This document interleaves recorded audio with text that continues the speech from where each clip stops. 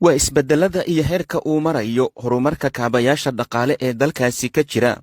marsadani waa dooraale dhammaystirka dhismaheeda iyo ballaarinteeda kadib waxa ay si toosa u howlgashay 7 Febraayo 2009.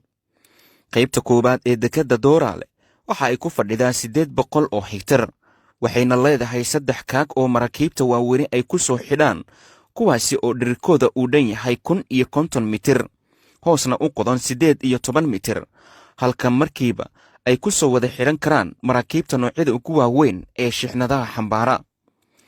heerka horumarka baaxadda leh ee dooraale ku tallaabsatay dhinaca qalabka marka aad ka eegto waxa ay ku qalabaysan tahay qalabkii ugu dambeeyey oo casri ah, waxaana ka wada howlgala 8 wiish oo caalami ah, kuwaasi oo wax lagaga dejiyo maraakiibtana lagu raro. dooraale waxa ay u adeegtaa in badan oo ka mid a waddamada Afrika ee aan badda lahayn, waana dekedda ugu mashquulka badan Afrika.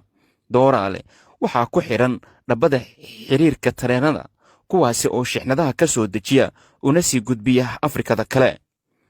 dowladda Jamhuuriyadda Jabuuti iyaga oo ka duulaysa danta dalkooda waxa ay go'aan ku gaadhay 22 Febraayo 2018 in ay gebi ahaanba la wareegto maamulka iyo maaraynta dekedda dooraale, waxaana lagaga wareejiyey shirkaddii shisheeye ee dalka Imaaraadka Carabta laga leeyahay ee DP World lagu magacaabo. Jabuuti iyada oo ka duulaysa baahida Afrikada madow taalla waxaa 8 Sebtembar 2013 madaxweyne Ismaaciil Cumar Geelle uu dhagax dhigay dhismaha mashruuca marsadda cusub ee DMB. dhismaha dekeddaasi oo ay gacanta ku qabatay shirkadda laga leeyahay dalka Shiinaha, ayna ka shaqo galeen 100 qof oo reer Jabuuti ah. muddo kooban ayaa marsaddaasi lagu howlgeliyey, waxaana fursado shaqo abuur iyo nololeed ka helay shacabka dalka Jabuuti. dekeddan oo aan nooceeda horay gobolka uga jirin ayaa 16 Agoosto 2016 la keenay noocyada qalabkii ugu dambeeyey ee dekedaha caalamka laga isticmaalo, oo ah kuwa wax lagu dejiyo laguna raro. dekeddan casriga ah ee DMB oo daboosha nooc kasta oo baahi dekedeed ah ayaa gebi ahaanba ka duwan marsooyinkii hore halkaasi uga howlgelayey.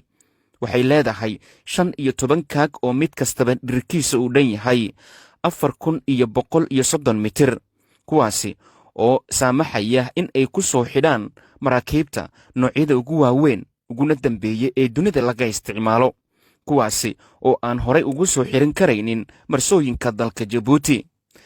kadib dhammaystirka iyo dhismaha qalabaynta marsadda casriga ah waxaa si wada jir ah xariga uga jaray 14 bishii May 2017 madaxweynaha Jamhuuriyadda Jabuuti iyo madaxweynaha dowladda federaalka Soomaaliya Maxamed Cabdulaahi Farmaajo.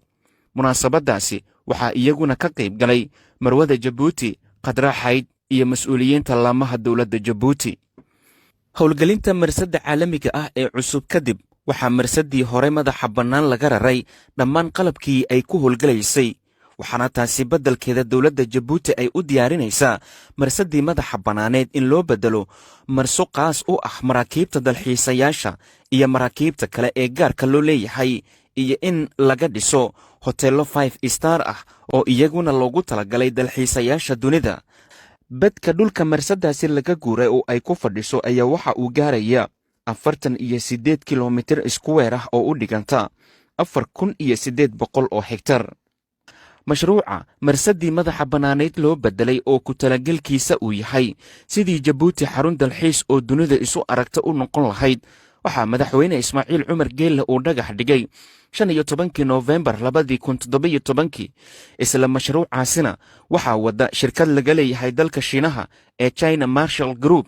mashruucaasi oo ka mid a mashaariicda ugu waaweyn ee dowladda Shiinaha ay ka wado waddanka Jabuuti, waxaana ku talagelkiisa uu yahay in lagu dhammaystiro muddo 10 sannadooda, waxaana lafdhabar ay u noqon doontaa fursadaha shaqo ee kumanaanka kun ee reer Jabuuti ah.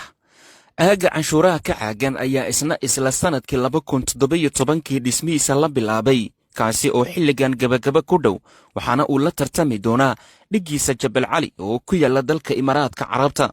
dabaqyadaasi dhaadheer ee dhismayaashoodu gabagaba uu yahay waddooyin u gaar ah iyo wax kastoo baahiyeed loo dhammaystiri doono waxay qayb ka yihiin ku talagalka tartanka uu ku jiro gobolka iyo khaliijkaba aagga canshuuraha ka caagan ee jabuuti free zone.